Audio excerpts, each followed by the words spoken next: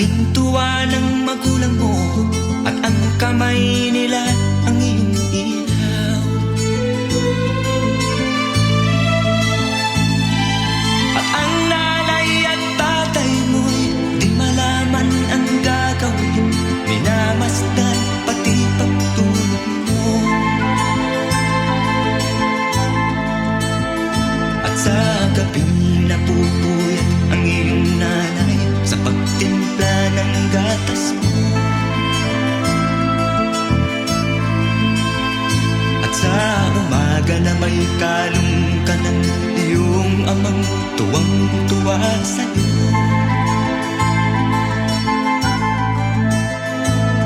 Ngayon nga ay malaki ka na, ang nais mo'y maging malaya.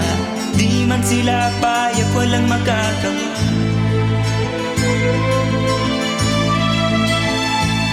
Ikaw nga ay biglang nagbago, naging matigas ang iyong ulo, at ang payo nila'y sinuway mo. Di mo man lang inisip na ang kanilang ginagawa'y para sa'yo. Pagkat ang nais mo'y masunod ang layaw mo, di mo sila pinapansin.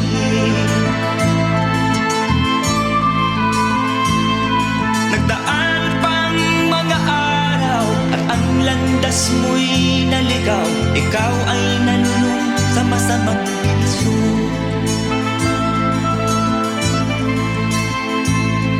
At ang una mong nilapitan ang iyong inang lumuluha. At ang tanong, anak, ba't ka nagkaganyan? At ang iyong mga matay biglang lumuha nang di mo napapansin. Pagsisisiyang sa isip mo, nalaman mo ika'y nagkamali. Pagsisisiyang sa isip mo, nalaman mo ika'y nagkamali.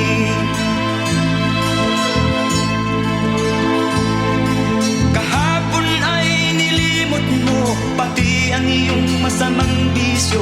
Laking pasalamat ng magulang mo.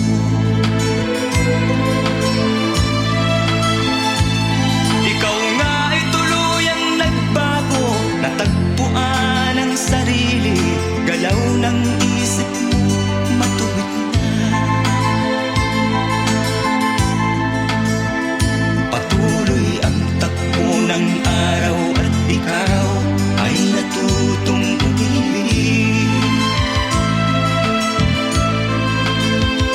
Hindi naglaon at ipinasya mo, lumagay ka na sa tahimik. Pagkabinata mo'y natapos na, malapit ka nang maging ama, kaya lalong nagsikap ng gusto.